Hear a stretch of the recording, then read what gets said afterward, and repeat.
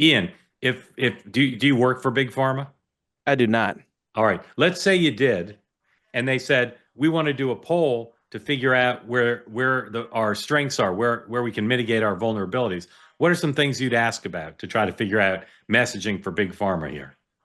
Yeah, that's a beast. One, I would Mhm. see how much credit we get if I'm the proverbial we is in Big Pharma, for kind of advancements over time Yeah, in drug technology, et cetera, yeah, and really lean in on that argument, right? Um, our pricing structure is about XYZ, whether that's right, research, whether that's right. pushing kind of pharmaceutical technology forward. It's just going to be a tough argument when you compare it to the cost of other countries, as Democrats and now Donald Trump is starting to do, right? This is more about Yeah, a fairness across countries argument. So yep. they're in a tough position. Yeah.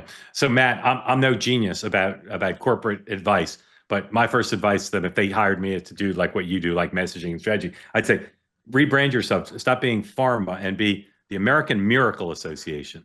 Yes. How's that? Right? Yeah. And there's actually there's a smaller, most people don't know this, there's a smaller trade association that is Pharma's really, like, I would say, I'm making this up, 10 members that have that do a ton of Yeah. Market dues. share. Yeah. Exactly. There's a smaller one called the Biotech Innovation Organization, which has hundreds of members and they do smaller. And it's Right. the Mhm. white hat to the black hat of pharma. I would say you're exactly right. You want to over index on the bio side, the white hat, and less on Yeah. the black hat. And I think we also want to do is more enemies. You already have PBMs drawing in. I know another area they're looking at very, very closely is, like, I don't know the best way to put it, like the hymns and all these kind of pharmacies you see advertised on podcasts or on digital ads, and they're going to draw them into the fight. And they're saying all you're doing is copying our drugs. We're the ones innovating. And to Ian's point, right? It's they're going to go out. They're going to hear a lot of the words cures, innovations, Mhm. all this other stuff, and drawing everybody else in the fight. And they're going to make it as bloody as possible. I read all the statements that come from the organization and from the individual companies to try to get a sense of how they're talking about it. And they're doing what you're saying. They say, we're a great American crown jewel. We do all the research. Families will, your relatives will die if you kill the goose that lays the golden egg. Don't follow the foreign countries because their economies are horrible. Don't restrict pricing the way they do. And all of it is there's some truth that's all of it, but it also is it feels to me like the NRA. The NRA used to be all powerful in Washington, and now they're not. They're not nothing. But they don't always get their way. Pharma used to get its way, and Democratic presidents let them get their way pretty much because they said we have so many fights to take on. Let's not take this one on because fighting them is hard. Matt, what is the source of their reduction in power, or is it just over time they wore out their welcome because of high prices, or is there a pivot here?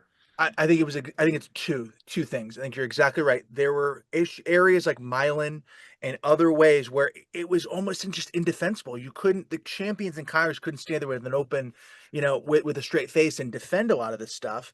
And I think you're exactly right where power is so decentralized now. Those big industry groups, Mhm. especially with Trump co-opting kind of a lot of more populist language, doesn't work the same way anymore. And I think they took a major hit with the Medicare price negotiations. That was one of their first big losses in forever, and they weren't used to it.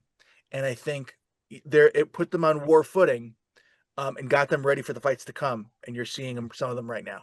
Yeah. All right, I Ian, think one they're more. also, Go ahead. Go sorry, ahead.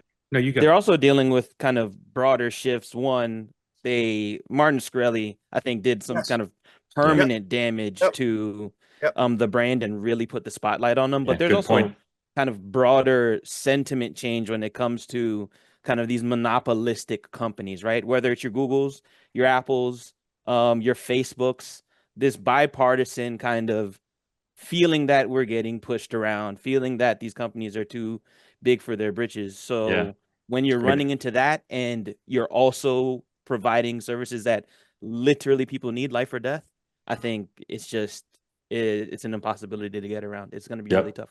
It's a great point. It's two really important parts of the explanation. Thank you for that. That was a delicious video experience. I think you'll agree. Now, what you need to do in return for getting to enjoy that is hit the subscribe button, be part of the two-way community, never miss a thing.